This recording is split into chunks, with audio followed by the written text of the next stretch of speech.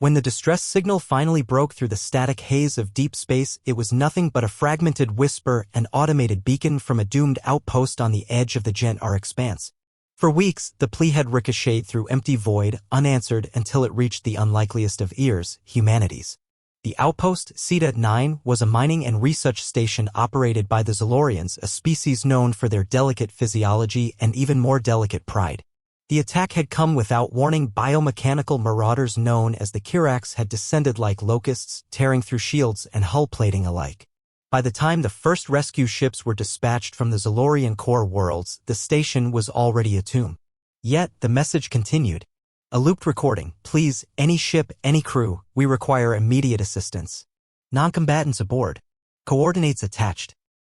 When the humans arrived, the few surviving Zolorians didn't know whether to feel relieved or horrified. Everyone in the galaxy knew about Earth's Deathworlders. They were hardy, unpredictable, dangerously adaptable. Their reputation was a chaotic swirl of rumor and legend. Some called them saviors, others apex predators in clothing. But when the battered freighter Spirit of Fenris translated into orbit, trailing a small flotilla of retrofitted civilian vessels, the survivors on Ceta-9 realized beggars couldn't be choosers. Sergeant Maya Carter was the first human to step off the docking tube and into the mangled remains of the outpost's hangar bay. She moved like she owned the corridor, an exosuit painted with crude streaks of white, helmet clipped to her belt, a shock of hair tied back tight. Her team followed close behind, a patchwork squad of ex-miners, mercs, and one astrobiologist who doubled as the group's field medic. High Overseer Velith, the last surviving Zolorian command officer, practically shrank at the sight of her. You received our call," Velith stammered, his gills fluttering in the thin air. "But you're humans." Maya paused, scanning the corridor's blast marks and collapsed support beams. "Last I checked, yeah," she said, flashing a smile with too many teeth.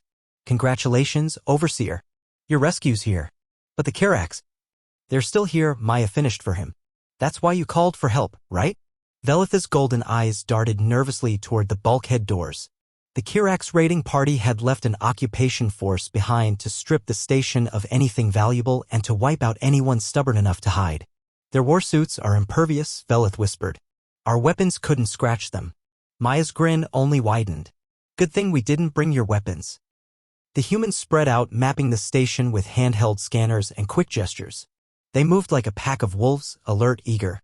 What unnerved Velith the most was their laughter, low chuckles echoing through the ruined corridors as they rigged traps and prepped their gear. When the Kirax came to finish what they'd started, they found the humans waiting in the shadows. The first skirmish was over in seconds. A Kirax drone, taller than any human by 2 meters, clanked through the residential wing, sweeping thermal beams back and forth. It never saw the tripwire, the shaped charge, or the grinning woman who vaulted over the debris with a combat knife. Metal shrieked as its carapace cracked. From his hiding place in a storage alcove, Velith watched in disbelief. The humans didn't fight cleanly or by any honorable code the Zolorians might recognize. They fought like cornered predators, vicious, cunning, and utterly without mercy. Hours blurred together. Explosions rattled the station's skeletal remains. The humans slipped through vents, used the Kirax's own supply crates as booby traps, and turned the station's failing gravity against the invaders. Where one human fell, 2 more took their place, dragging the wounded to makeshift medical bays patched together with duct tape and sheer defiance. Velith finally understood why the humans were so feared and so desperately needed. When the last Kirax raider was flushed out an airlock, clawing at the sealed door as the vacuum tore it away, Maya dropped into a chair opposite Velith, sweat and grime streaking her pale skin. "Rescue complete," she said, pulling off her gloves. Her knuckles were bruised, her armor scorched, but her eyes still held that terrible spark. Velith swallowed. I don't know how to thank you. If you hadn't come." Maya waved him off. "You asked for help. That's what we do. But you are humans. Deathworlders. Monsters, some say." Maya leaned back, a tired grin pulling at her lips. "Maybe," she said.